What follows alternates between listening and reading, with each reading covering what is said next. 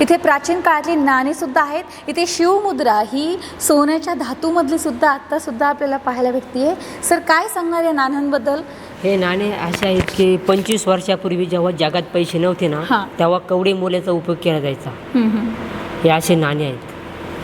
काही पंचमार्तक धातूचे नाणे आहेत नाही का. 26 वर्षापूर्वी नाण्यांचा प्रभात काल जसा जसा होत गेला तसा पंचमार्तक नाणी बी सुद्धा आपल्या चलनात आहे. आता या ठिकाणी तुम्ही अजून नाणी पाहू शकता. ह्या नाण्यांचं काय महत्त्व सांगणार तुम्ही? हे दक्षिण भारतातील प्रांतीय सुलतानाची बहिमनी राणी आहे नाही का. प्रांतातील नाणी बहिमनी नाणं म्हटलं जायचं याला. आणि हे एक नाणं आणि ह्या नाण्यांचं काय तुम्ही सांगणार की हे शिवमुद्रा म्हणून आपण ओळखतो? हे मराठी कालीन चलन छत्रपती शिवाजी महाराजांचे सोन्याचं नाणं आहे. ते सोन्याचं नाणं होन नाणं म्हणून म्हटलं जायचं.